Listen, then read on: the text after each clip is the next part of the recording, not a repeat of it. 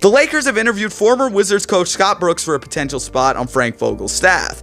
This started a lot of stuff talking about how the Lakers could get Russell Westbrook because Frank Vogel has been Westbrook's coach and they have a good relationship. And now we see that Vogel could get the lead assistant role for the Portland Trail Blazers. So things have gotten a little bit shaken up. And at the time when he interviewed to be a part of the Lakers staff, everything was kind of coming together. The Lakers interviewed Brooks. Westbrook played with Brooks for 8 seasons, and LeBron and AD followed Westbrook's wife recently on Instagram. So everything was kind of coming together. People were thinking, Westbrook could get traded to the Lakers because he doesn't have the highest trade value across the league due to his big contract and him becoming a little bit older and stuff. And he doesn't have the most trade value. So people were thinking the Lakers could really pull off a trade for him. And now that they're going after Scott Brooks to be a part of their coaching staff, Brooks and Westbrook have had a good relationship. This could really lead to something. But now Brooks could get the lead assistant job for the Blazers. But anyways, let's continue on. A Russell Westbrook trade could still be realistic for the Lakers because we saw this trade last offseason. Westbrook was traded to the Washington Wizards for John Wall and a first-round pick, and John Wall was coming off of being out for 2 seasons, and Westbrook had been playing. So it's like Westbrook really didn't have much trade value then, and now John Wall's seen as a guy on a bad contract. Now that he's playing with the Rockets, not really playing as well as people expected, and he had a solid season, but he's still seen as a player on a bad contract. So Westbrook doesn't really have the most trade value. And we look at his contract here. So for this season, he was making about $41 million. Next season, he'll be making about $44 million. And for the 2022-2023 offseason, he has about a $47 million player option, which I would assume he would accept. And so with that said, he's wrapped up under contract for quite a few more years, especially considering if he takes his player option. If he does that, he'll be under contract for a while. So some teams might not want to trade for him because of that.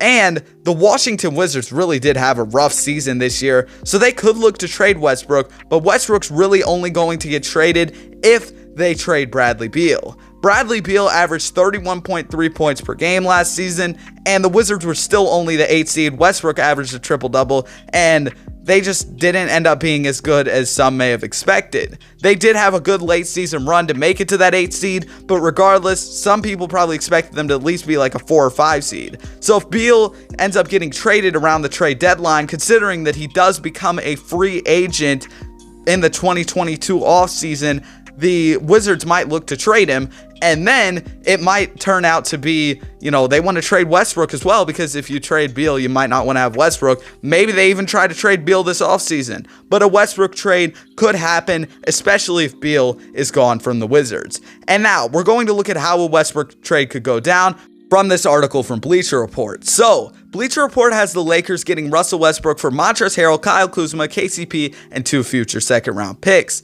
And the reasoning behind that is, with little to trade in terms of draft picks and young talent, the Lakers need to be eyeing overpaid stars on teams looking for salary relief instead. Westbrook is still one of the league's most devastating forces, especially when he's taking smart shots and limiting his turnovers. He led the NBA with about 12 assists, about 12 boards, about 22 points a game. So he's still really good, right? And I think that he could be a good player for the Lakers if they are able to add a bunch of 3-point shooters in the offseason that can space the floor.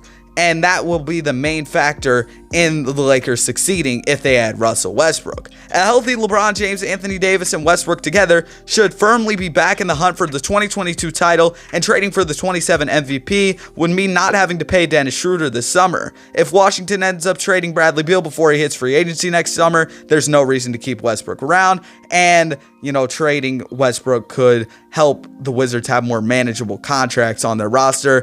That could be a good step moving towards a rebuild if Bradley Beal ends up getting traded. Like I said, this is all going to kind of fall on Bradley Beal being traded, right? If he doesn't get traded, then Westbrook probably won't. So let's go ahead and let's continue on. Let's look at this trade in a little more detail. So Russell Westbrook for Kentavious Caldwell-Pope, Montrezl Harrell, Kyle Kuzma, and 2 second-round picks. Kyle Kuzma, there have been a lot of trade rumors surrounding him this offseason, and Montrezl Harrell, I'm really unsure of what his future will be with the Lakers, if he will be a Laker next season, but the only issue with this trade is that it relies on Montrez accepting his player option, which he very well could opt out of. And the Lakers also trade Kentavious Caldwell-Pope, who's a good three-point shooter and a good defensive player, but I think this trade would be worth it if you could bring in Russell Westbrook.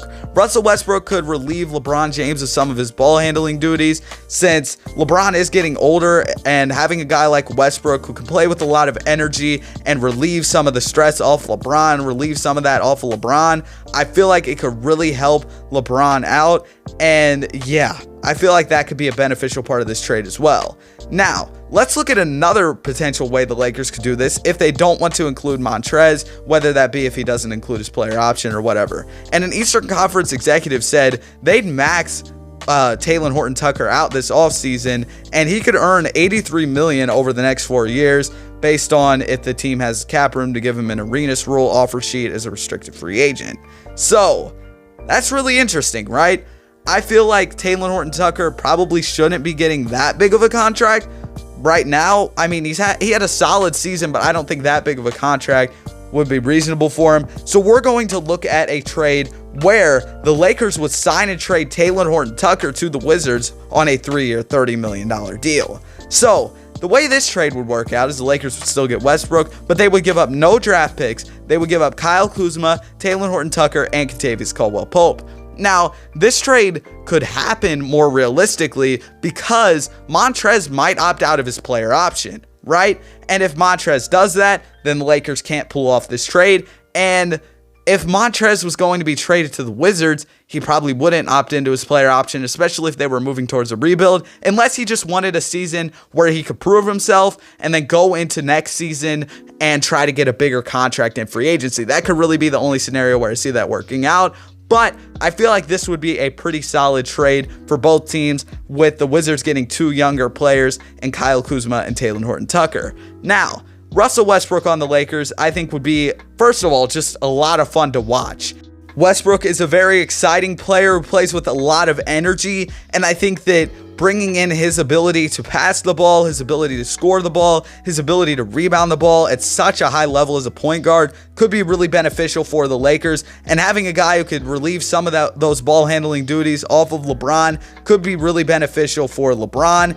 And I think Russell would have to accept a little bit of a smaller role with the Lakers, but if he was willing to do that, and if the Lakers could get some guys to space the floor, this team could be really scary. Now, if you want to hear about a Kyle Kuzma trade update, be sure to click the video on screen. That's going to do it for the video. Be sure to leave a like, subscribe. Have a great day. See you guys in the next one. Peace.